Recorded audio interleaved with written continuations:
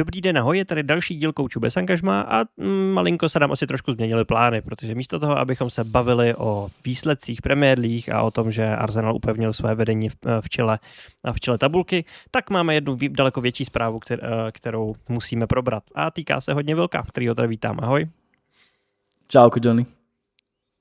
Protože právě jeho klub se inspiroval u Chelsea a taktéž vyhodil svého manažera, nebo chcete-li hlavního trenéra, Rubena Amorima. No a asi nedá se mi zeptat úplně tou nejprimitivnější otázkou, takže sice se budeme snažit držet tak jako vždycky nějakého jako věcného diskutování, ale asi se zvlášť Vilko neubrání úplně nějakým jako výraznějším emocím, takže na to se tě zeptám právě teď, takže jaký jsou tvoje pocity ani jakože pár hodin potom, co ses dozvěděl, že Amorim, ten člověk, který se dokázal vlastně několikrát zvednout z úplně bezvýchodné situace, kdy už se zdálo, že už vlastně může přežít cokoliv a že už se to vrhá nějakým správným směrem, tak jak se zkrátka cítil, jak se cítíš teď po tom, co už to několik hodin víš? No, mňa to zastihlo pri podcaste Fotbal netradične a bol som z toho maximálne rozčarovaný, len márne som nadal slova. Väčšinou som sa zmohol na nejaké nadávky a fakt na že taká tá úplne prvá primitívna emočná reakcia, o tom bolo aj moje video, ktoré som robil a priznám sa, prešlo zo pár hodín, ale stále som na tom akože úplne rovnako. Trošku som sa ukľudnil, už som o tom aj požartoval v nejakých svojich memečkách a tak, ale stále s tým nie som absolútne stotožnený, stále to na mňa všade vyskakuje a ani sa s tým neviem, a ani asi nechcem sa s tým stotožniť, že sme vyhodili proste trénera, ktorý tu bol 13 mesiacov, možno 14 mesiacov a ktorý vlastne môžeme konštatovať tu nebol ani jednu celú sezónu. Ani jednu celú sezónu, ak sa bavíme od štartu po koniec. Takže už som asi trošku uklodený aj z hlasu, možno ma trošku ešte vyprovokuješ, ale nedokážem sa s tým fakt vôbec, ale vôbec stotožniť. Absolútne. Mne sa to strašne ťažko predýcháva a ani sám neviem, že ako dlho sa budem stotožňovať s novým manažérom Manchester United, nech už to bude ktokoľvek, pretože toto len tak ľahko neprekusnem. Možno tak trošku sa vcítim do kože fanúšikov Tottenhamu, ktorí nechceli vyhadzovať Angeho Postecoglua, zvlášť po tom, čo im vyhral trofej. A potom sa len veľmi ťažko, alebo doteraz sa ešte veľmi ťažko stotožňujú s Thomasom Frankom, zvlášť keď tie ešte výkony nie sú tak dobré. Takže možno sa trošku zhostíme do tejto pozície, že ten nový manažér to bude mať u mňa trošku ťažšie. Na druhou stranu musíme říct, že ty výsledky zkrátka nebyly dobrý. Ani vlastně nemůžeme úplně říct, že by se nějak výrazně zlepšovaly, byť samozřejmě máme tam spoustu nějakých okolností, jako třeba hráči na Avkonu, zranění hráči, celkově kádr, který není úplně široký. Ale přesto, Amorim má, vlastně, pokud se nemýlim, tak jestli jsem dobře zahledl, tak má v podstatě nejhorší win rate od odchodu Alexe Fergusona, takže se všech těch manažerů, kteří tam byli, tak je vlastně výsledkově zdaleka nejméně úspěšný.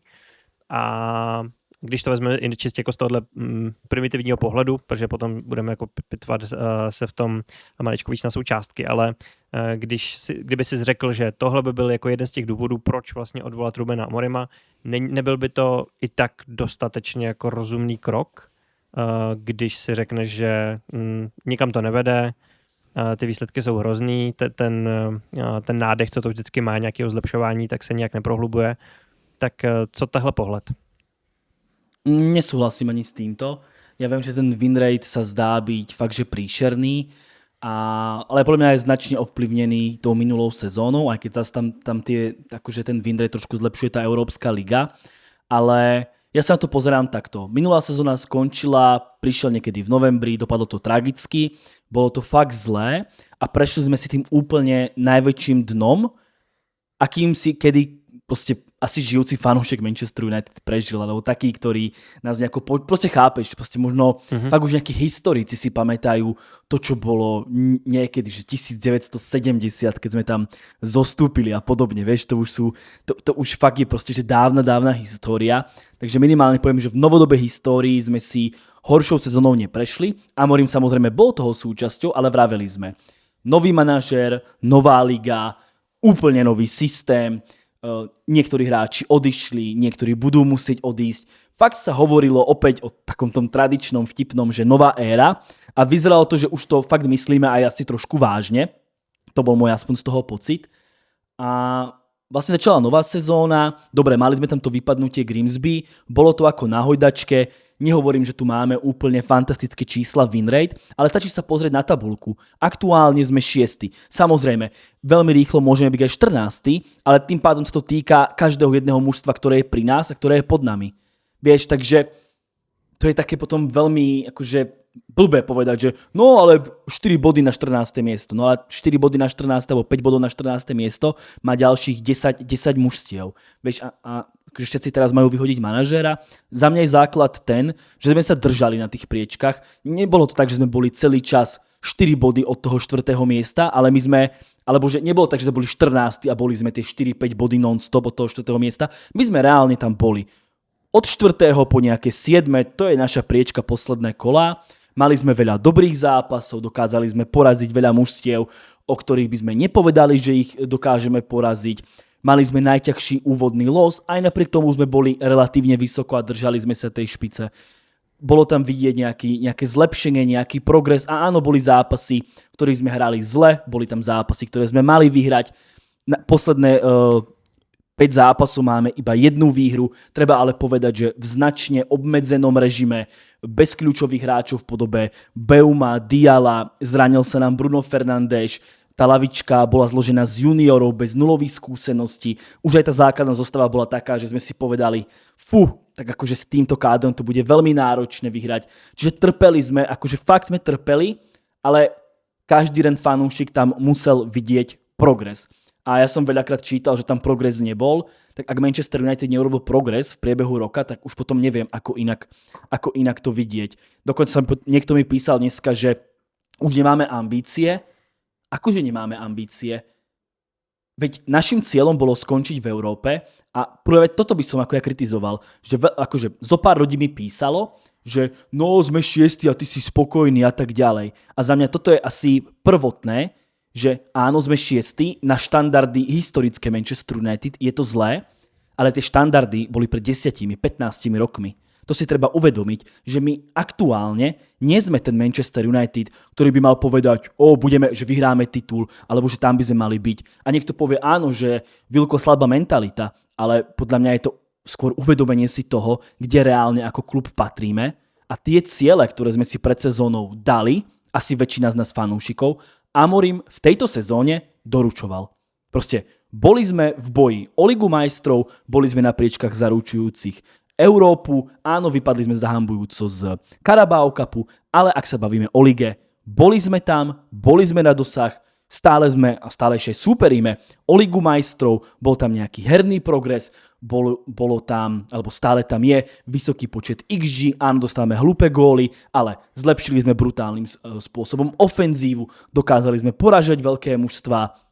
Ja si myslím, že o výsledkoch, ak máte nejaké triezve očakávania, alebo že o výsledkoch to absolútne nemohlo byť. A všetci vieme, o čom to je. Hej, takže tam sa asi môžeme teraz dostať. Jo, ale... Určite. Tak rovno teda položíme ti tú otázku. Tak kde vidíš teď... Ale kľudne sa tomu vyjadri ty, že ako vidíš ty výsledky. Mňa to tiež zaujíma, akože z tvojho pohľadu, že ako to vidíš ty. Ale za mňa výsledky, ak si to fakt dáme na túto sezónu a odizolujeme to, čo bolo v minulej sezóne, že to bolo fakt trápenie a že ten rekord bol fakt katastrofálny, tak prišlo ti toto výsledkovo a aj herne ako že zlý Manchester United? Určitě ne. Hlavně v kontextu téhle sezóny, kdy vidíme jako extrémně vyrovnanou Premier League, vlastně dá se říct od 4. až po nějaký 16. 17. místo, když to jako hodně přeženu, samozřejmě tam už je ta mezera jako větší, ale fakt stačí pár zápasů a najednou se jako mezi těmihle pozicemi můžeš víceméně jako volně pohybovat, aniž by to někomu přišlo divný. Takže v téhle vlastně fakt vyrovnaný konkurenci a tím, jak ty výsledky a celkově ty týmy letos jsou strašně jako našláplí u sebe bez nějakých větších výkonnostních rozdílů, tak si myslím, že je to pořadí nějak odpovídající ambicím současného Manchester United. Jak říkáš, nebo jak já i dlouhodobě se snažím nějak i razit takovou jako spíš racionálnější cestu, než nějakou jako emocionální, jsme jako obrovský klub, takže vždycky musíme hrát o titul. To je prostě blbost, protože každý rok je ten tým jako trochu jiný. Máš tam jako jiný, jako daleko je to tak strašně komplexní, že nemůžeš jenom na základě toho, že ten klub má nějakou značku a že byl jako v historii úspěšný, tak podle toho měřit ty ambice bez toho, aniž by se zohlednil to, jak ten klub momentálně funguje, v jaký je fázi nějaký jako majitelský struktury, v jaký je fáze budování toho kádru a tak dále. No ale abych jako nelítal úplně daleko od toho tématu, tak konkrétně u Amorima já měl z toho teďko pocit, že už se to vlastně postupně zlepšuje a že už tam přišel takovej ten Smith Rowe efekt. Jestli si vzpomínáš, tak vlastně doteďka, třeba všichni fanoušci Arsenalu, tak vzpomínají na ten zasnížený zápas proti West Bromwich Albion, kdy tam Tierney, že ho dával gól, kdy tam hrál právě Smith Rowe, Saka, tam vzniknul i ten Shant oblíbený, ještě než přestoupil Smith Rowe do Fulhamu, tak byl jako jeden z nejoblíbenějších. Tak vlastně to byl ten symbol toho, kdy to Arteta dokázal zlomit, i když byl, dá se říct, jako jeden zápas od vyhazovu. A já mám pocit, nebo měl jsem teď pocit, že Amorim měl hned několik takových momentů, kdy jsi jako mohl říct, jo, tak teď vidím, co chce dělat. Zároveň v několika zápasech dokázal i takticky reagovat a trošku ustoupit maličko ze své vize, ale nemyslím to v tom negativním slova smyslu, že by jako zradil nějakou svoji filozofii, ale spíš, že tak jako racionálně dokázal vlastně adekvátně zareagovat, bez toho, aniž by se nějak protivil svýmu přesvědčení, ale viděl, že to tak má být. Třeba typu před pár zápasy, když vlastně přešel na změnu rozestavení, nebo když ustoupil prostě jako ze způsobu rozehrávky, který předtím praktikoval a kterého se jako slepě držel ze Sportingu. Zdálo se mi, že on se vlastně adaptuje na náročnost Premier League i vlastně takticky, že poznal, jak ty manažeři vlastně ve chvíli, kdy seš jako příliš ortodoxní a neděláš tam aspoň nějaký jako ty dílčí změny třeba na soupeře, takže aby na to dokázal reagovat, protože ty manažeři jsou prostě strašně dobří a okamžitě jako Pamätáš si na ten zápas proti Newcastle, ktorý skončil snáď 3-0, kedy tam nastúpil v zálohe, myslím, s dvojicou Casemiro Bruno, alebo niečo takéto tam bolo. Pamätáš si ten prvý zápas Amorima na Newcastle, kedy ho totálne akože prejela záloha Newcastle, ale že totálne ho prejela? Jo. A těch zápasů bylo strašně moc, kdy tam šel strašně naivně. Myslel si, že to urve vlastně jenom nějakým svým základním nastavením, ale myslím si, že se fakt naučil jako hýbat s tím, nebo lehce vlastně ohýbat ten svůj způsob i třeba podle soupeře a nenechat se tak snadno vyškolit od těch jako zkušených manažerů, jako je třeba Eddie Howe, jako je Emery a tak dále. Takže a těch manažerů takhle bys mohl vyjmenovat v podstatě všichni v té Premier League, jsou to jakoby skvělí lidi a on se na to taky musel adaptovat, stejně jako je to u těch hráčů. Takže jo, i sám o tom rozprával v poslednom rozhovore, ktorý mal. Protože emocionálně si myslím, že si musel být na tým nastavením, že jo, konečně jako dokázal vlastně si šáhnout i on na to dno, ale dokázal sa z nej fakt zvednúť. No jasné, dokázal sa zvednúť, bolo tam vidieť nejaké zmeny a hlavne nám tu vždycky niekto rozpráva o nejakej ére, o nejakých projektoch. My tomu manažérovi dáme akože pomerne veľký budget a viem, že neprišli hráči iba pre neho. To je jednoducho fakt. Neprišli. Tí hráči budú použiteľní aj pre ďalších manažérov. Ale budujeme tu nejaký tím, budujeme tu že nejaký projekt konečne a ten projekt to nie, že stagnuje, že my prešľapávame na mieste, ale opäť to poviem, keby sme tak trošku odzoomovali, tak ten trend je rastúci. Alebo bol rastúci, takto to môžem povedať. Ten trend bol rastúci, veď ja som to aj asi 2 podcasty dozadu povedal, že pre mňa aktuálne téma vyhadzovu Amorima absolútne nie je na mieste. Proste má tam ten Afkon, zranil sa mu Bruno, varí z vody, ešte urval tú výhru proti Newcastle. To absolútne nemôže byť ani téma, že by Amorim mal byť nejako tu pod brutálnym tlakom. Prešli 2 zápasy, ale vieme, že to nie je o výsledkoch. Prešli 2 zápasy, máme 5. január, keď to vychádza asi 6. a Amorim je odvolaný. A to kvôli tomu, že sa nepohodol s vedením. To je pre mňa veľmi ťažko to ide prekusnúť a som tak akože mierne, aby som bol slušný, nahnevaný na vedenie Manchester United, lebo ešte v marci nám tu rozprávali, alebo kedy o nejakých 3 rokoch pre Amorima backupovali ho. No ale všichni. Tam je nejvtipnější na tom, že všichni. Jakože od Radcliffa přes Beradu po Wilcoxe a všechny prostě pred lidi, 3 kteří se tomu mesiacmi s Wilcoxom si tam vtipkoval, neviem čo všetko, vždycky rozprávali, aký sú skvelý tým a neviem čo všetko a zrazu je Amorim odvolaný.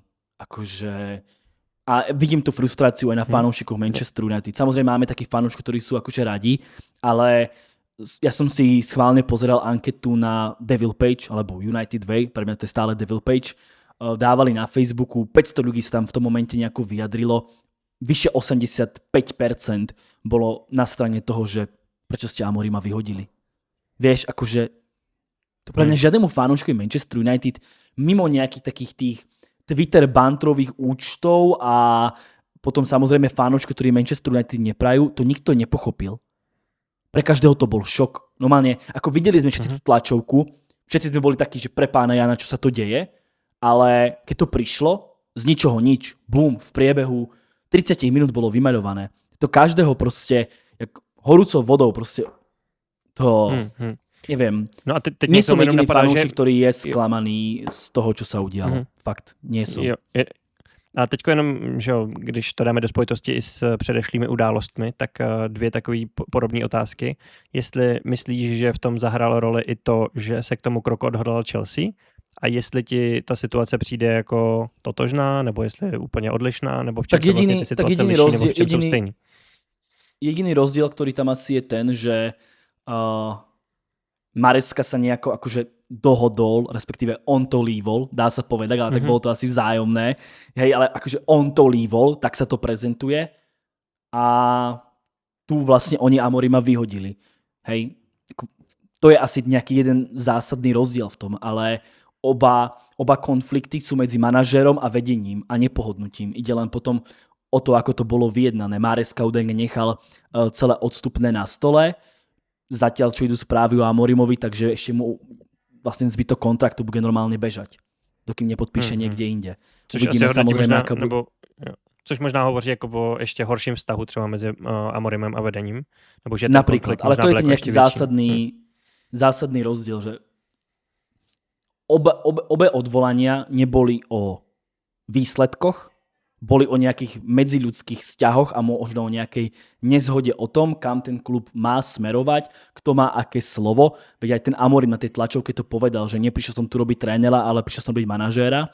A to asi podľa mňa taktiež o veľa veciach hovorilo a o veľa veciach to nejako napovedá. Samotný Amorim proste kritizoval, to tak bolo naznačené, že tie posily, celkovo tá zmena, komu to bolo diktované a tak, no nie veľmi dobré. Takže toto určite spája tieto dva kluby, akurát, no vravím, že jeden bol teda tak je to prezentované, že to lívol nejako sám po dohode a druhému to bolo oznamené. Veľmi smutné. Máš nějak zmapovaný ještě víc, dejme tam tahle ten jako bulvární přesah, o co přesně šlo v tom sporu mezi Amorimem a vedením? No vravím, išlo tam o ten herný štýl, išlo tam o to rozostavenie v minulosti, o tie posily. Za mňa športový riaditeľ má niesť nejakú ideu, ale nemal by sa vrtať do toho, či hráme tak, alebo hráme tak. Ja som to vždy rozprával aj pri tom zápase s Newcastlom. Áno, hrali sme 4-2-3-1, ale keď sa na ten tým pozriete, tak tých defenzívnych hráčov tam bolo úplne rovnako. A to kedysi rozprával, už som zabudol, že kto, neviem, či to bol Pep alebo Van Gaal, ospravedlňujem sa za to, ale rozprával, že nejde o to, že hlavná idea a rola, alebo to, čo tí hráči proste robia na ihrisku a nie o tom, či hrá 4-3-3, 3-4-2-1, o to nejde. Ide o to, čo tí hráči plnia na ihrisku. Že rozostavenie v dnešnej dobe nie je proste úplne kľúčové. Však veľakrát vidíme, že tí hráči sú na nejakých úplne iných pozíciách, bráni sa hybridne. Nie je to proste čierne na bielom, hráme 4-3-3.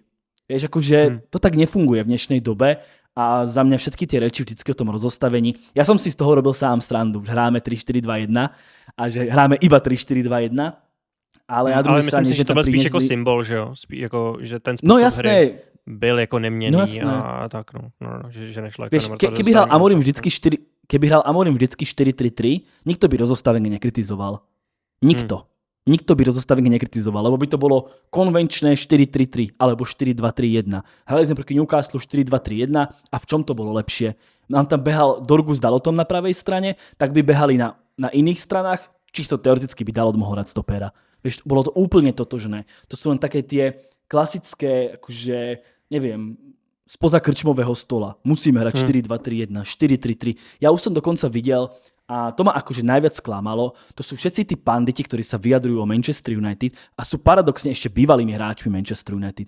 Tí ma nesmierne vytáčajú a ja mám akože Garyho Nevilla extrémne rád, aj keď sa s ním nestotožňujem, ale tiež ma akože poriadne vytočil, lebo všetky tie blbosti, čo rozprávajú a ako sa vyjadrujú, už ma fakt akože štvú. A sú to fakt maximálni pokrytci a akože pokrytci je to správné slovo. To jo, ale zase na druhou stranu, jak Neville, tak Carragher a jako další panditi vlastně jako na stejné televizi nebo kamkoliv jako oni přijdou, tak oni jdou po tom ragebaitu, že oni jakože nejsou úplně tak, že by zůstávali nějak konzistentní ve svých myšlenkách, ale většinou prostě říkají to, co prodává. Takže nevím, jestli bych úplně se nechával rozhodit právě. Ale všetky tie reči s tým, vieš. Kobe Maino. Ja keď počujem Kobe Maino, posledný mesiac, ja nemám nič voči Kobimu. Talentovaný futbalista. Ale ja aktuálne mám na neho akože takú alergiu, keď počujem Kobe Maino, normálne mi sa vreckový nožík otvára. A práve nie je to nič, nie je to nič proti nemu ako osobe, alebo ako o hráčovi. A ja verím, že pod iným manažérom môže byť platný futbalista, zvlášť keď konečne prejdeme na ten iný štýl. Ale keď počujem Kobe Maino, že sa niekto k nemu vyjadroval, normálne vreckový nožík. Fakt ako to bolo také hľadanie zbytočne problémov, že keby Kobe Maino nemal anglickú vlaječku pred sebou, tak by to v živote nebol problém. Že to, že nehrá. Každý by to chápal. Každý by povedal, že tak pohybovo nestíha. Nie, Kobe Maino, anglická vlajočka, ideme po ňom. Je to, jakože nevím, maximálne sklamanie. Úplně to fakt zapadá jako do té myšlenky, že tohle to vůbec nemělo žádný fotbalový důvody. Že jako to, čím jsem jako začal, že jsem tě házel trošku jako jenom protichůdný názory, tak jako jednak zatím jako nestojím, ale že je to vlastně hloupost, protože ty si viděl, že vlastně teďko ty problémy, který Manchester United měl v tom posledním měsíci, tak jako jednoznačně plynuly z toho, že tam jako neměl kdo hrát. Jako, že tam máš 2 Fletchery na lavičce, teďko tam bude třetí ještě je trénovat jako interim a že vlastně hraješ, co má nohy z toho seniorního kádru jako v základní sestavě a v podstatě lavička. A snaží sa minimalizovat straty. Jo, tam fakt to bylo jenom jako boj o přežití a aspoň jako přečkat tohle období, kdy vlastně nemáš ty Afconový hráče, kdy máš zraněný, kdy ještě ti nepřijdou třeba nějaký posily, který se asi plánují teď během toho lednového přestupového období, tak zkrátka přežít s co nejmenší jako ztrátou bodů. A myslím si, že jako Amorim si vedl vlastně celkem dobře. Samozřejmě, že jako je tam opět ten symbol, který nechceš jako dopustit, že prostě ztratíš body s tím beznadějně posledním Wolverhamptonem, nebo že tady remízuješ s Leedsem a další jako ztráty, které nevypadají zkrátka dobře, ale jako o co lepší je teďko vlastně ten mediální obraz ve chvíli, kdy uděláš tohleto gesto, protože nikdo by se podle mě nezlobil, kdyby vyhodil třeba po Grimsby, nebo kdyby vyhodili po sezóně. Zkrátka jako byly období, kdy si myslím, že by to každý fanoušek vlastně pochopil a byl by to logický krok. Prostě nevěříme ti, běž pryč. Ale ve chvíli, kdy ho podpoříš, on to fakt i přečká, dostane se do nejtěžší fáze, jako, co se týče jako okolností, nějak v tom plave, nějak s tím bojuje a ty ho prostě takhle sejmeš. Takže to všechno jako mluví, protože tam vůbec žádné jako fotbalové důvody nebyly a jenom jako ega se nějak střetli a nedokázali najít nějaký společný řešení, kterým by mohli pokračovat. To je asi... Asi tak. To je asi to najlepšie. Alebo najlepšie zhodnotenie. Je to fakt smutný príbeh Manchester United, smutná kapitola Manchester United. A opäť, viem, mi sa to bude strašne ťažko a dlho akože prekusávať. Samozrejme, možno príde nový manažér, o tom sa asi teraz tiež budeme baviť.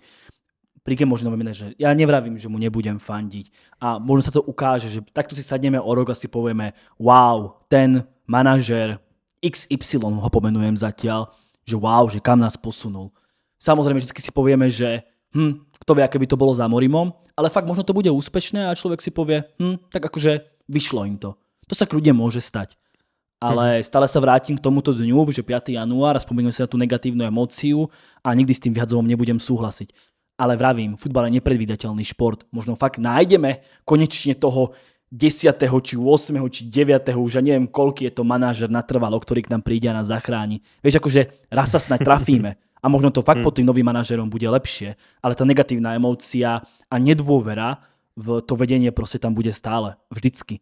To musí ešte akože veľa vody prejsť potokom, aby som im potom to, čo mi urobili, že sa ma to fakt úplne že dotýka, tak akože to im tak ľahko neodpustím. A to myslím si, že vlastně teďko fanoušek jako Manchester United je asi celkem otrlý a málo co by ho vlastně jako nějak ranilo, s výjimkou, nevím, prostě prodeje Bruna Fernandéše. Tak to bude ďalšia vec, to je ďalšia vec na zozname. Překousl vlastně cokoliv. Bruno je ďalšia vec na zozname. Třeba včetně nějakých nepříjemných prodejů hráčů, nějaký nepopulární kroky, myslím, že v pohodě. No jasné. Ale tohle asi fakt bolí. Jak som povedal, Bruno je ďalší na zozname. Jo. Ďalší. Vieš, v januári, či v lete sa s ním rozlúčime. Strašne sa na to teším. No, nedokážu si tě představit v tu chvíli. Nebo kdyby to přišlo třeba ještě teďko v lednu. Víš co, teď se Bruno naštve a půjde do Saudské Arábie prostě. No, tak to už by bol úplný koniec. Ale vlastně, no. Pozdravil by som potom Rojakina. To tak. No dobře, tak pojďme na ty náhrady a začneme teda u interim manažera, kterým je teda Darren Fletcher. Tak co vlastně od něj můžeme teď očekávat, jaká je jeho nějaká trenérská minulost? Co očakávať, neviem, čo přinést? Môžeme. Akože po X-ku už beží, ako pred rokom trénoval akadémiu a rozprával, že im ukazoval videá gólov Cristiana, Ronalda, Rooneyho, Teveza a neviem koho každého. Vieš, taká tá úplne, že old school verzia, že rýchle protiútoky DNA Manchester United. A keď toto počujem DNA Manchester United, opäť sa mi otvára vreckový nožík. Hovorím si, akože DNA a 15 rokov žiadnu DNA nemáme. Že však tí hráči ani nemôžu vedieť, ako pred 20 rokmi, čo za chvíľu hral Ronaldo a ani nič podobné. No, nič také neexistuje. To keby tam bola nejaká football heritage, že fakt tak dlho hráme a tí hráči, ktorí tak hrali, sú ešte v tíme, tak si poviem OK, tak akože fakt football heritage, dajme tomu, ale tu keď niekto vyťahne DNA Manchester United, že v roku 2008 sme hrali na rýchle breaky a ideme hrať teraz tak akože, no, otvára sa mi nožík. Tréner, akože človek, ktorý bol nejaký najprv, že technickým tam trénerom, neviem, čo to presne zahrňalo, proste on byl ještě nějaký jako pomocník Woodwarda, ne? Nebo ve chvíli, kdy tam Woodward nějaký... No to bol ten akože, on bol akože technical director. Jo. Hej, to bola jeho pozícia do roku 2024. Potom sa stal nejakým technical coach, neviem, čo to presne akože obnášalo, ale on bol vždycky akože v rámci toho športového úseku, že fakt akože aj s tým Wilcoxom tam mal nejakú rolu, že fakt sa motal okolo toho športového prostredia, športového manažmentu a to boli nejaké jeho pozície. No ale potom vlastne to prebral Wilcox a on sa stal manažerom u 18. Tam je vlastne doteraz, no bol doteraz a teraz ho vlastne uvidíme v pozícii caretaker manažera. Neviem, čo od toho očekávať popravde. Dokonce vlastně spíš nazývan jako interim, takže se počítá s tím, že tam bude nějaký přechodný období a že to nebude jako, že ten manažer novej bude za týden, ale že to může trvat možná i další dobu. To sú prvé správy, že on sa povedal, že je tam šanca, že fakt bude niekto interim manager akože do konca sezóny, to by mohol byť on. Potom Fabricio rozpráva stále, že môže to byť, že nájdu manažera aj teraz. Myslím si, že najbližšie dni nám dajú asi odpoveď na túto otázku, že ako to celé dopadne. Ale základ to bude teda Darren Fletcher. Vravím, opäť už idú po internete všetky tie DNA veci. Ja nechcem do toho opäť spadnúť. Ja mu samozrejme fandím, však by to bol ten manažer, kľudne aj on, nech to je. Darren Fletcher bol vždycky sympatiák a ja som mu vždycky v jeho kariére akože fandil. On si tam prechádzal veľmi náročnou chorobou, ktorá ho proste vyradila z futbalu. A ja si doteraz pamätám, že jeho akože veľkým snom bolo, že hrať v finále Ligy majstrov, čo sa mu nikdy nepodarilo, pretože raz, keď mal úplne že top svetovú formu, tak sa vykartoval a v tých predošlých finále Ligy majstrov tam nenastúpil z lavičky, takže ja som úplne že človek, ktorý v mladosti totálne žral Darrena Fletchera. Fakt som ho žral, proste to bol pre mňa že bojovník, futbalista, ktorý tam nechal vždycky za United dušu, ale... Takže nový Ole Gunnar Solskjaer? No akože... Konec koncov Ole Solskjaer urobil skvelú robotu. Jo, ale vlastně jako hráč, že měl vlastně takový jako Proste podobný bojovník v odkaz. strede poľa. No. Typický hráč Manchester United zo stredu zálohy. Nebol nikdy najtalentovanejší, ale bol to bojovník a Ferguson mal také futbalistov vždycky rád. Takže v tomto smere určite áno, vravím, ja som ho mal ako hráča veľmi rád, ale akože všetky tieto také hypovačky, DNA veci a o mne asi známe, že ja nie som úplne fanúšikom týchto takých nostalgických trénerov, že teraz si tu budeme ukazovať, že ako hral Wayne Rooney s Cristianom Ronaldom v roku 2008 a budeme si myslieť, že to bude úspešné. Bodaj by to bolo úspešné a na Amorima musíme nejako zabudnúť, proste život ide ďalej. A mne ešte frajerka povedala sama dneska, že šport vie byť proste brutálny a to je proste pravda a to ona je akože najväčšia fanúšička aj v jednotke, kde to je taktiež veľmi tvrdé. Čiže proste musím sa s tým nejako zmieriť, bude mi to chvíľku akože trvať. Ale nechcem mať také rúžové okuliare, že teraz Darren Fletcher a neviem, že Fergie Army a všetky tieto akože veci okolo.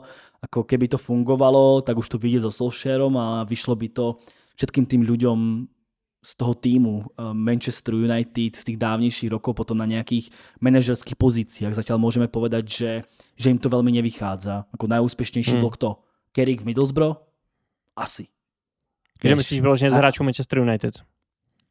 No jasné, vieš, všetci tí manažeri, nebo obecne vlastne bývalých hráčov. Tak obecne tam nájdeme určite nejaké akože dobré prípady alebo úspešných manažérov, však veľa z tých manažérov bolo vlastne bývalých futbalistov, hej, skoro každý asi. Hej, ale keď sa povieme na tie legendy klubu, tak ono to nemusí byť vždycky úspešná pesnička a vravím tie také nostalgické veci, že mne to príde aj trápne, keď to niekto ešte vlastne vytiahne, lebo áno, toho človeka mohol ten nejaký iný líder niečo naučiť, nejaká mentalita a podobne, že Sir Alex Ferguson, ale treba si povedať, že futbal sa od toho momentu proste posunul 20 rokov dopredu.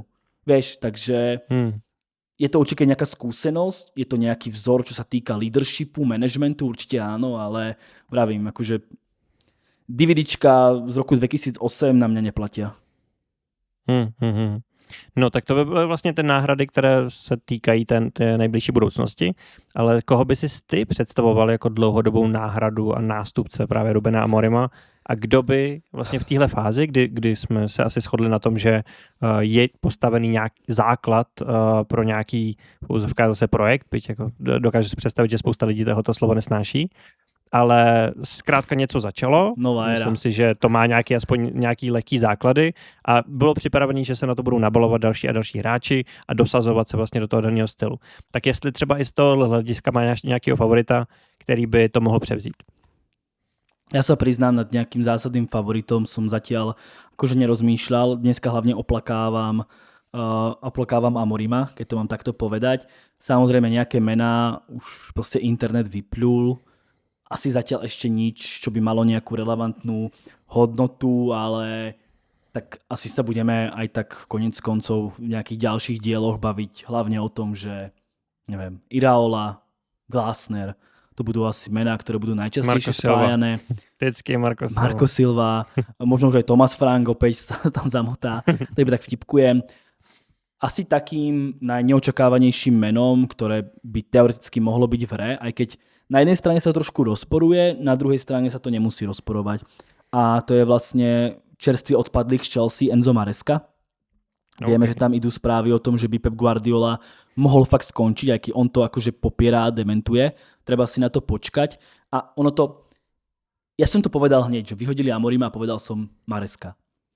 Potom samozrejme, keď sa tým zamyslíš, tak si vlastne povieš, že totožné situácie, obaja neboli spokojní s vedením, že nemajú ale trošku slovo. Z iných důvodů. Trošku z iných důvodů, že není tam ta biznisová stránka, která vlastně asi Maresku štvala skoro nejvíc. Že mu jako je to pravda, áno, ale stále to bolo o tom, že nemáš hlavné slovo a ani zrejme Amorim ho teda nemal, čo by mu mohlo prekážať. Na druhej strane si vždycky hovorím, že on by ten vzťah mohol mať trošku lepší, lebo predsa len máš tam priame napojenie na CEO Omar Berrada, bývalý blízky človek alebo vysoko postavený človek Manchester City. Asi sa s Mareskom stretávali alebo sa poznajú a predsa len asi keď si s tým človekom nejako fungoval, možno ste spolu nejako pracovali, komunikovali, stretávali ste sa spolu na nejakých meetingoch, proste Omar Berrada bol ten, ktorý má nahradiť Soriana. Dobre, teraz ho správam. Soriano je v Manchester City CEO? Asi áno. Že on bol ten, ktorý má nahradiť, tak asi tam bol nejaký kontakt, možno aj dennodenný, alebo na nejakých meetingoch, proste asi sa tí borci poznajú. A toto je niečo, čo mi nejako nahovára, že dobre, tak akože on chcel silnejšie slovo, že to nebude fungovať, ale vravím si predsa len vo futbale tie kontakty stále fungujú, stále to tam proste je a že to by vlastne mohlo byť dôvod, prečo Omar Berada, ako stále CEO, aj keď o ňom veľa nepočujeme a ani vlastne asi on robil to rozhodnutie spolu s Radcliffom, ale hlavne sa rieši ten spor s Wilcoxom. A myslím si, že toto by mohlo byť meno, že Omar Berada vytiahne. A predsa len je to CEO, taký druhý najvyšší človek v Manchester United, alebo tretí, takže vyťahne Maresku. A nevidíš tam takhle vlastně to jedno, jenom promiň, že teď vlastně, jak jsi něco řekl, tak nevidíš tam i trošku vlastně pozitivního, to, že jestliže by to bylo vlastně rozhodnutí jenom na Wilcoxovi, což by znamenalo, že je to skutečně jeho kompetence a nekacá mu do toho ani Berada, ani Radcliffe. Dobre, je to jeho kompetencia. Ja som akože vždy držal myšlienku, že športový riaditeľ má niesť myšlienku a má pozerať na to, aby tí hráči, ktorí prídu, neboli iba pre jedného, aby proste tam bolo nejaké plánovanie, squad management, alebo squad management je asi dobré slovo, aby sa nám nestalo to, čo napríklad v Liverpoole. Aj keď tie posily boli skvelé a možno to začína fungovať, ale trpia na to doteraz, že ten squad management alebo team building nezvládli veľmi dobre. Hej? Ja som vždycky bol toho názoru. Športový riaditeľ má niesť nejakú hlavnú ideu, aký tréner, ako chceme hrať, respektíve vyberať trénera podľa toho, ako hrá, aby to bol nejaký tvoj obraz. Ja som toho vždycky zastancom. Ale za mňa, keď ty si tu budeš vyhadzovať trénerov, nedávať im nejaké hlavné slovo, alebo akože nedávať im úplne možno šancu, respektíve neumožniť im zasahovať do toho procesu. Hej, ale chápeš, toto bol asi nejaký problém. Tak za mňa potom dobre, tak budeme angažovať iba trénerov, ty si nejaký športový riaditeľ, ktorý tu má akože hlavné slovo, dobre, ale keď ti nevidie jeden manažer, keď ti nevidie druhý manažer, tak potom odíď. Lebo ty si tá kompetentná, zodpovedná osoba, ktorá vyberá tých ľudí, ty si ten najväčší šéf, môžeme povedať, tak ak ti nevidie jeden druhý, tak choď preč. Akože prečo by mal klub trpieť na to, že ty robíš zlé rozhodnutia? Rozumieš ma? Že za mňa teda, ak sa ideme hrať na to, že Wilcox je, čo sa týka športovej stránky, osobnosť číslo 1, dobre, tak ja ho budem brať, že on je ten športový riaditeľ, ktorý teda je zodpovedný za všetko, on si angažuje trénerov, nie manažérov, ide sa do toho vrtať, dobre, tak sa do toho vrtaj, buď tým hlavným šéfom, tým úplne že bosom športového sektoru, ale vravím, nevyšiel ti Amorim, kopol si ho do zadku, nevidie ti XY manažér, koľko ste ďalších pokusov, čo tu má kvôli tvojej neschopnosti Manchester United stagnovať na mieste, tak keď ty si nebol spokojný s Amorimom, ktorého si vybral, nebudeš spokojný s tým, potom dovidenia, choď preč, rezignuj, choď preč, chápeš ma? Akože on tu nemôže byť potom iba od toho, že by vyhadzoval trénerov a nosil nových, ale musí potom prevziať zodpovednosť. Samozrejme, nie po jednom, lebo je to športový riaditeľ, ale ak príde druhý a opäť ho vyhodia po roku, tak asi nie je on kompetentný, tak potom nech ide on preč. Rozumieš ma, ako tá myšlienka, čo chcem povedať, že keď sa on hrá ako na šéfa číslo 1, dobre, tak je šéfom číslo 1, nevidie ti jeden, druhý, choď preč. Nemáš na to. Nosíš zlých. Nie je to ich chyba, je to tvoja chyba potom. Chápeš? Úplne easy. No a kdybys to... Keď sa hráme takto, chápeš? Jak dlouho Wilcox teďko působí ve svý pozici? Vo svojej pozícii neviem, lebo jemu sa tá pozícia menila. Vieme, že výrazným spôsobom. Jo, ale on tam vlastne odkdy je vlastně ten muž jako najprv číslo 1? Když to jako vezmeme. Už to hľadám. Asi od tejto sezóny?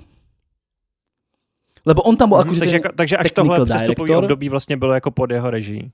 Nebo v jeho režii. Myslím si, že áno.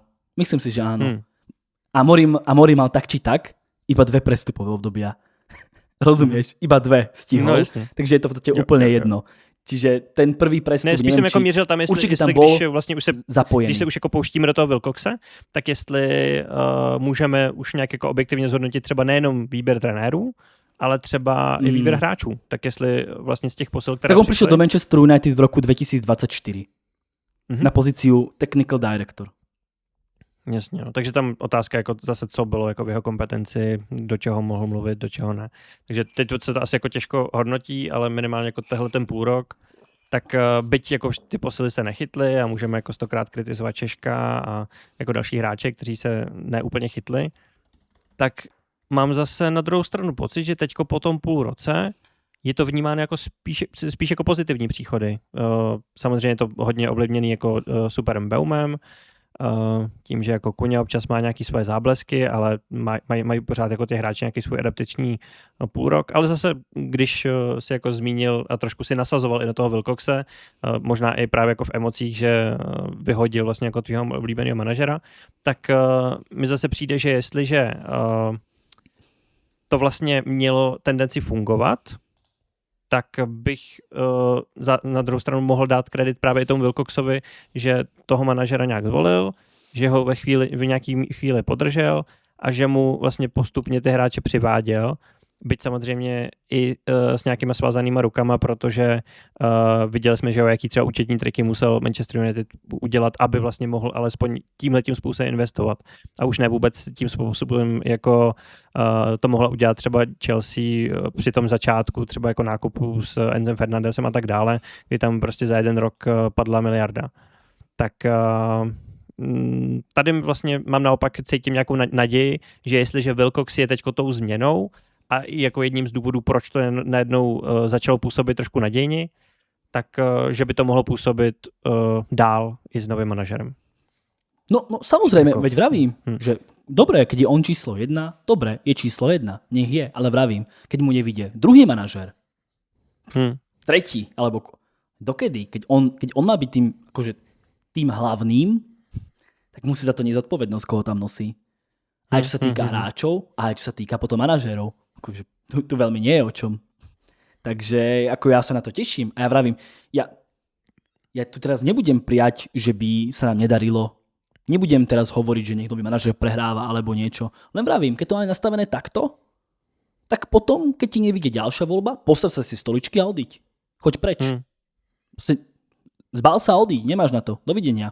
Vieš, akože keď jednoducho dokáže vyhadzovať manažérov, tak potom jednoducho sa aj my postavme a odíďme.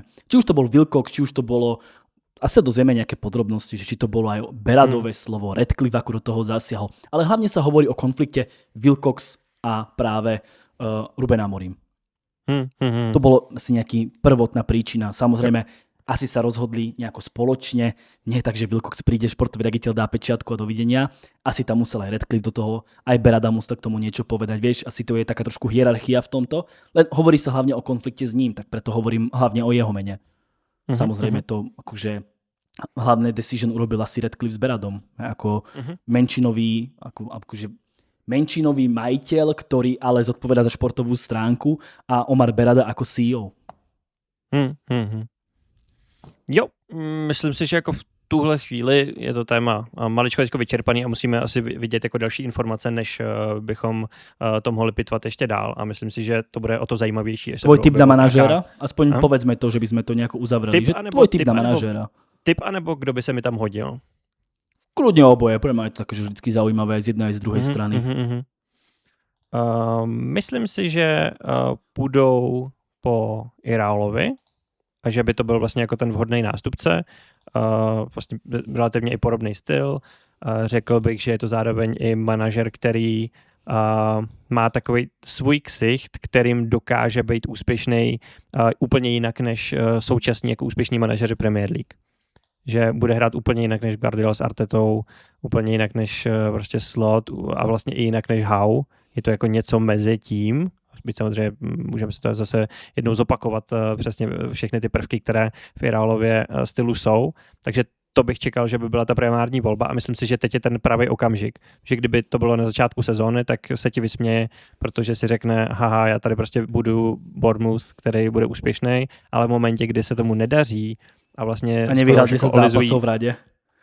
A skoro vlastně jak olizují vlastně ty sestupové pozice, tak si myslím, že teď je ta pravá chvíle jako tohohle manažera uchmátnout a byl by to jako strašně dobrý tah. Stejně tak, jak jsi zmínil toho Maresku, tak tam naopak by to byla ta cesta toho Artety, tohoto jako guardiolovského způsobu hry, který vlastně vidíme, že v Premier League je úspěšný a myslím si, že by tam mohla hrát roli i třeba i vůči Chelsea, tak jsem jako slyšel fanoušky Chelsea, že z toho mají maličko trošku obavu. Oni to samozřejmě mířili na Manchester City, že ve chvíli, kdyby Maresca vlastně jako trénoval City, tak potom by měl jako extrémní motivaci právě třeba vůči Chelsea, tak podobně by to mohlo fungovat i jako Manchester United, že by to měl jako extra motivaci, že já uspěju tady prostě v jiném velkoklubu a ukážu, že já jsem prostě ten dobrý v tom souboji. A koho bych si tam přál na nějakou jako konzolidaci, tak bych dopřál Glasnerovi vlastně nějakou ještě větší a lukrativnější pozici. Ja by som to sú takový tři volby, každá úplně jiná, jako i typologicky manažerská, ale to jsou takový tři jména, které byste dokázal teď představit. Víš čo, s Iraolom by som problém nemal, aké tie výsledky aktuálne nemá, ale asi sa vo svete futbalu ukázalo, že nemusí vždycky iba o tie výsledky a že môže ísť jednoducho aj o niečo, čo ten manažer ukázal, herný štýl, ktorý ukázal, byť napríklad Kompány v Burnley. Kompánia cesta, no. Presne. A aj ten Maresca konec koncov, akože z Leicestera skok do Chelsea obrovský a zmanéžoval to dobre, relatívne. Aj keď viem, že niekto môže mať námietky, ale chápeš, nebol to taký prúser, ako sa možno očakávalo, bol to ďaleko menší prúser, ako napríklad Graham Potter. Hej? A to Graham Potter mal byť, akože asi skôr sme očakávali, že Graham Potter navarí ako Maresca, vieš. A nakoniec Maresca uvaril oveľa viacej ako práve Graham, aj keď samozrejme rozličné situácie a tak ďalej. Čiže ja by som s Iraolom nemal problém a navyše ten jeho herný štýl mi je akože sympatický, takže prečo nie Iraola? Maresca by som bol taký, že ja som dosť v veľkej komunite Chelsea a niekedy s ním mali veľký problém. Na druhej strane dokázal podľa mňa akože tiež urobiť dobrú robotu. Niektoré veci sa mu vyčítali, na druhej strane si musíme povedať, že s akými posilami, s akým kádrom vždycky musel pracovať. Asi tiež by mi to vyslovene, že neprekážalo. Neprekážal by mi asi ani Glasner. Napadlo mi ešte Pochettino, to je cieľ United od roku 2013. Ale to je taková ta volba nemastná, neslaná, že podľa mňa také no jasné, lebo vlastne vyčpělý jméno. Presne, ako vraví, že to už asi by som znášal horšie, ale ako vravím, že ja dám každému vždycky čas, nie som taký, že keď príde, tak budem hneď kýdať na neho, ale samozrejme nejaké sympatie rozhodujú a neviem, obávam sa, ako asi každý fanúšik Manchester United, proste voľby typu Southgate. Vieme, že ten sa spája s Manchester United dlhodobo. Ja sa priznám, že aj jemu by som dal čas, ale asi by som doma ohňostroje nepúšťal, ako keď prišiel Amorim, som bol z toho nadšený. Keď prišiel Southgate, bol by som skôr skeptik. Neznášal by som to úplne tip-top, ale keby prišlo k tomu akože fakt momentu, že teda je tam, tak by som mu fandil, akože prečo nie, vieš, ale toto je asi meno, ktoré by som fakt, že nechcel. Nechcel by som ani žiadnych manažérov typu, že Conte, vieš, Simeon. Nemusí to byť pre mňa vôbec, že nejaké extra veľké manažerské meno, však také ani dostupné asi nie je. Takže všetkých tých Iraolov, Glasnerov a aj toho Enza Marescu by som asi bral bez problémov. Že by som si povedal, no, tak poďme do toho a uvidíme. OK. Pojďme tady uzavřít takovým rychlou přestřelkou, tak já ti budu jenom říkat výsledek a k tomu jenom nějaký jako lehký příběh toho zápasu a to jenom jednou větou prostě nějaký krátký komentář. Takže okay. Aston Villa dokázala zareagovat na porážku s Arsenalem a doma si poradila s Nottinghamem, takže se udržela vlastně na úplném čele tabulky. A to už mám akože povedať, hej? Áno, jo. OK. No Aston Villa akože ide si za tým, mali sme tam tú prehru v poslednom zápase, ale akože ide si za tým tá Aston Villa. Akože proti tomu Nottinghamu to bolo akože veľmi, veľmi pohodové z ich strany. Presadil sa Watkins, McGinn dával 2 góly. Kamara, presne. Kamara klíčový. Jakože jakmile to měl aspoň jednoho z těch středáků, tak vlastně jako byl skvělý. A Tielemans v tom případě se k němu přidal. Wolves úplne, akože super. Mají svoji první víru. Povedal som ti.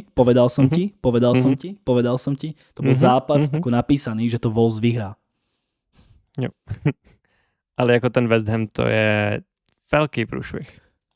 je to veľký prúšvih a vôbec ma neprekvapilo, keby bol ďalší 0 na zozname. My sme vždycky vraveli, že nie sú v tom boji o záchranu, nie sú, ale vlastne každým ďalším týždňom alebo víkendom, dňom sú k tomu bližšie a bližšie. Takže samozrejme ten Nottingham je stále na dosah, ale pozrieme sa na ten Leeds, že akú cestu urobil. A samozrejme máme tam potom ešte poblízku aj Bournemouth, ale fakt sa hlavne pozrieme na ten rozostup, že West Ham Nottingham 4 body a West Ham Leeds už je 8. A vedím si povedať 8, že to nie je až tak veľa, že 8 bodov bez problémov, lenže my sa bavíme o 8 bodoch, ale v zóne zostupu. Vieš, Wolves doteraz ešte 8 bodov nenazbieralo, Burnley má dohromady 12 a 8 bodov je stále viac ako polovica toho, čo West Ham nazbíral doteraz. Ale jako oni se pod tím Edwardsem jako fakt vlastně zlepšujou a vůbec bych se nedivil, kdyby při dobrým losu dokázali jako 9 bodů získat ze 4 zápasů třeba. No jasné, ale nehrajím o tom, že pozrieme sa na West Ham, OK, Nottingham sú 4 body, ale pozrieme sa na ten Leeds, je to 8 bodov. A vravil som, 8 bodov je viac ako získalo Wolves za celú polovicu sezóny, keď sa bavíme fakt iba o tej zóne zostupu. No, čo je 8 bodov pre zostupujúce mužstvo.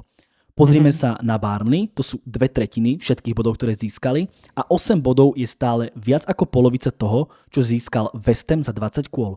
To je 8 bodov, to je dosiahnutie toho, čo proste, ako to povedať, čo potrebuje West Ham na to, aby dosiahol Leeds. Potrebujú získať 8 bodov, oni majú doteraz 14 a 8 bodov už je rozostup. Je to vlastně taková pozvánka teďko na to vložený kolo, že jako West Ham proti Nottinghamu vlastně normálně zápas, o který by ses nepopřel kolo, ale teď to bude fakt zajímavý. A zápas o to, jestli se West Ham může zachránit nebo ne. Arsenal dokázal potvrdit tu výhru proti Aston Villa, byť to nebylo úplně snadný. Eze opět neodehrál ani minutu a vrátil se hlavně Declan Rice na 2 góly.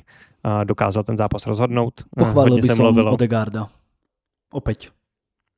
Ale zároveň byl vlastně i kritizovaný. Jako bylo to tak pade na pade. On samozřejmě je na bodech, jednak tam měl vlastně tu přímou asistenci na Rice a potom tam měl tu průnikovku na Saku před tím druhým gólem a takže jako on doručil, co potřeboval. Na druhou stranu zase je tam jako spousta i těch situací, které jako zadrbe, že jako vejde do 16 a potom vlastně vytancuje úplně jako mimo. Má tam prostě jako spoustu takových momentů, kdy, a vlastně i ten gól byl tak trošku ten Krupp jeho, kdy ho nedokázal navázat a byl to právě při jeho prostoru. Tím jako nechci na ní nasazovat, rozhodně teďko je hraje jako skvěle, ale prostě není to jenom o té produktivitě, byť ti to samozřejmě spoustu věcí ulehčí a že přece jenom bych si dokázal představit, že toho Ezeho by se dalo jako využít víc a uvidíme, co teďko tak my to sami povedali, že očakávame, že toto je zápas, ktorom by tam mal nastúpiť, že by to bolo také akože protože to jinak, že vlastně nastoupil Madueke s Martinellem, byly tam ještě další změny, teď to nám před sebou to je jedno, ale Eze zkrátka nedostal zase ani minutu. Jasně, na konci si to chtěl trošku podržet, byť nemyslím si, že by Merino byl ta správná varianta, jako jo, uskáče ti to, ale nějakou jako soubojovosti tam úplně nepřidává. No, ale to už bychom se motali v kruhu v tom, co vlastně jako Arsenal má pořád za problémy. Nicméně 3 body získali a teď myslím si, že jeden z klíčových zápasů doma proti Liverpoolu, který už se zdálo, že vyhraje zápas, byť po takovém zvláštním gólu Floriana Wirtze, když už se zdálo, že to je offside, ale VAR nakonec řekl, že nikoli, ale vlastně potom ještě, co Chakpo si svlíknul triumfálně dres, tak Harrison Reed, jeden z jeho životních gólů, krásně tam vymet ještě na 2-2. To nie je, že jeden zo životných, ale to byl fakt, že životný. Ano. Jakože neskutečná střela a vlastně dost podobný příběh třeba tom zápasu Manchesteru City proti Chelsea, byť v tom druhém poločase mi přišlo, že ani jeden z těch týmů už nechtěli moc hrát, nebo že byl úplně brutálně vyčerpaný, zkrátka to bylo takový jako hrozně zvláštní. Ale nakonec ta trojitá dorážka Enza Fernandeze znamenala, že Manchester City po druhé v řadě ztratil a ten náskok Arsenalu se navýšil momentálně na 6 bodů. Takže tak, tvůj komentář k situaci na čele tabulky? Týždeň by som to nepovedal, by som povedal, že City je jasne v hre. Vidím, prešli 2 zápasy. Možno smolné pre Manchester City. Myslím, že to, co jsme řešili, tu tabulku vlastně těch zápasů proti stejným soupeřům, takže se teďko možná i ukazuje, že vlastně teďko ty zápasy, ve kterých Arsenal ztratil, tak teď vlastně teprve City čekají nebo jsou právě jako v tomhle losu. A není to jednoduchý, zvlášť ve chvíli, kdy City jako taky ztrácí ty hráče, že teďko se zranil Guardiol, zranil se tím předtím Nico.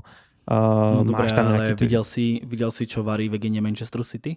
No jasně, že jo, ale taky vlastně přišli teďko do toho náročného programu a nemají ještě ten kádr na to, aby to zvládli jako tak dominantně jako dřív. Je to pravda, oni jsou podle mě schopní to zvládat jako víkend co víkend, ale ty vložený kola už jsou jakoby na kádr v téhle fázi vývoje ještě prostě moc.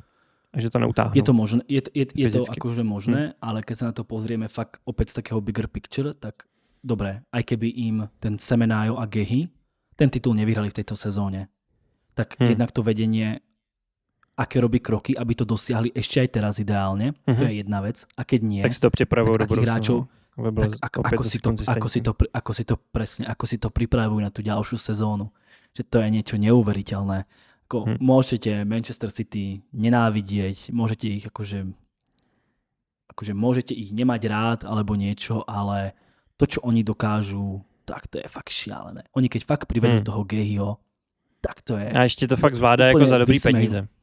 To je ako Vysmejú všetkých. A vravím, aj keď im ten Gehi nevyhrá so Semenajom titul v tejto sezóne, strácajú 6 bodov, je to relatívne veľa. Je to stále hrateľné, ale je to relatívne veľa. Ale akú pôdu si oni pripravujú do ďalších sezón, keď už si teraz tam dajú toho Gehiho, pol roka si tam pohrá pod tým Guardiolom. To je úplne že šialené. Fakt akože Manchester City už teraz zo seba robí pre ďalšiu sezónu fakt, že favorita, nepoviem číslo 1, lebo tam bude určite Arsenal, že budú zdieľať možno tú pozíciu, ale že ako si to pekne chystajú na tú ďalšiu sezónu. To je, možno to vydá už aj túto, ale na tú ďalšiu? Jo, jako samozřejmě zase to nemusí sednout, protože jako tohle jsme říkali. Jasné, neznamená každá posila, že to bude hneď dokonale. Nebo ne asi zrovna my, ale... Jako Liverpoolu jsme to úplně nerozprávali. Vyhráli titul a ještě jakoby brutálně posilujou. Jo. Tak ale oni vyhrali titul, ale veľa hráčov akože predali a podobne, hej? No, takže tak.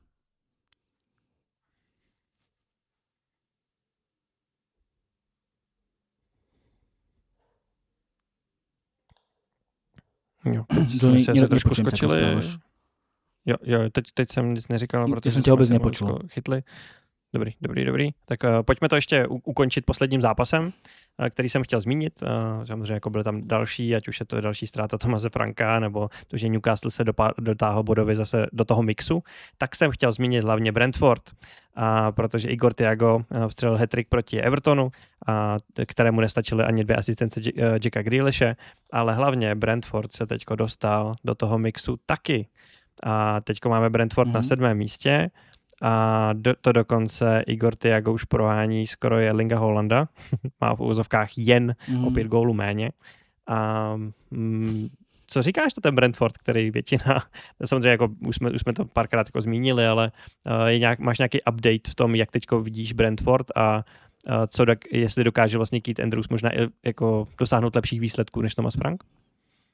Tak update je taký, že z 5 zápasov majú 3 výhry a 2 remízy, čo ťa automaticky katapultuje na tie najvyššie priečky. To tak proste je. Opäť, ak sa pozrieme na ich formu, tak je tretia najlepšia na delenom mieste s Liverpoolom. Takže logicky to znamená výrazný posun nahor, podobne ako je to pri Fulhame, ktorý tiež, ak vyhrá jeden zápas, tak je môžem povedať, opäť tam.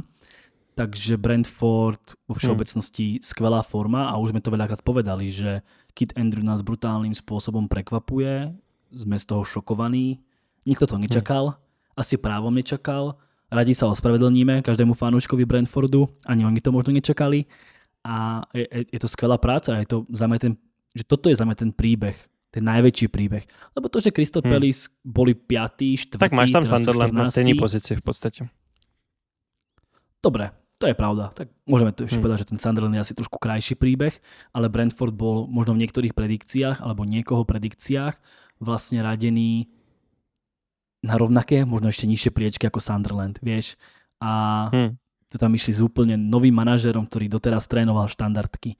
Odišli im veľkí hráči, aj napriek tomu sú tam, že za mňa Brentford so Sunderlandom teda suverénne najväčšie prekvapenia celej sezóny. Fakt, suverénne. Ako príbeh. Jo, je to tak. Tak jo, tak moc díkám, že jste to poslouchali i sem. Trošku se omlouváme za improvizované podmínky, to, že to máte teď v podstatě jen se zvukem. A budeme se těšit zase příště. Máme před sebou teďko velké kolo, právě že tam Arsenal proti Liverpoolu, je tam City proti Brightonu, je tam duel o záchranu mezi Nottinghamem a West Hamem a tak dále. Takže užívejte Premier League a jsme moc rádi, že ji prožíváte i s námi. Mějte se hezky, ahoj. Čaute.